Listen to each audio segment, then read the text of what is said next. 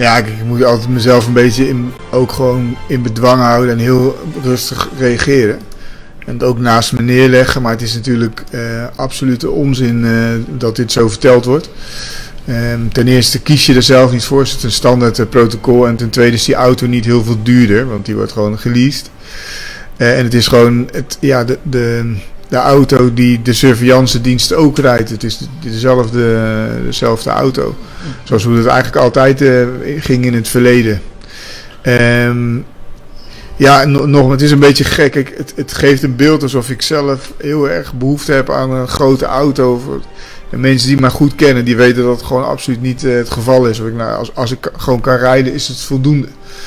Maar het is wel erg als... Het is niet zo dat u gekozen heeft? Absoluut niet. Nee. En dit proces met deze auto's was ook al in gang gezet voordat ik überhaupt korpschef werd. Okay. Dus.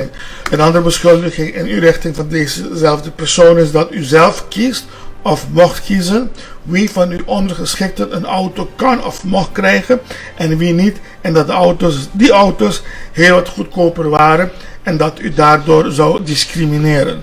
Ja. Nog een andere tijging tegen in uw richting. Wat zeg je tegen? Ja, het is wederom hetzelfde. Heel kwalijk dat zulke ongefundeerde onwaarheden gewoon verspreid worden. En daarmee de mensen beïnvloeden. Kijk, de auto die ik had, dat was eigenlijk de auto die de politiecommissarissen reden. Dus ik reed dezelfde auto en daar had ik geen probleem mee, maar er kwam een nieuwe auto. Voor mij dus. En die auto die ik reed, die heb ik aan iemand gegeven die de positie van commissaris waarneemt. Zodat er juist gelijkwaardigheid is tussen al die commissarissen. Dus het wordt eigenlijk verdraaid deze meneer de hele boel. Door gewoon te vertellen dat ik discrimineer. Terwijl wij juist gewoon gelijkheid wilden hebben voor de commissarissen. Ik hoor een gezegde in mijn achterhoofd. Hij heeft de klok horen luiden.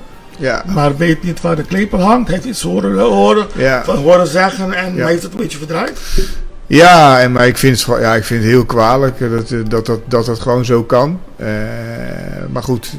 Zulke serieuze uitlatingen in uw richting en op die Facebook-page en in een website. Men zegt, wie zwijgt stemt toe. Gaat u iets tegen doen? Gaat u de maatregelen? Nou ja, zeker. Omdat, en dat is niet omdat ik helemaal op zijn kop ben van wat deze meneer doet. Maar ik vind dat wij als organisatie meer moeten terugpraten. Dat we transparant moeten vertellen wat we doen. Dat we ons moeten uitleggen. Maar dat we ook als iemand aantijgingen doet die niet kloppen, dat we erop moeten reageren. Okay.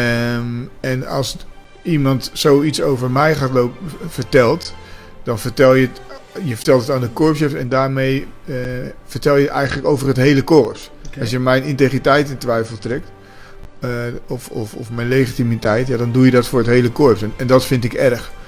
Dus je gaat maatregelen nemen tegen? Zeker, ja. Okay.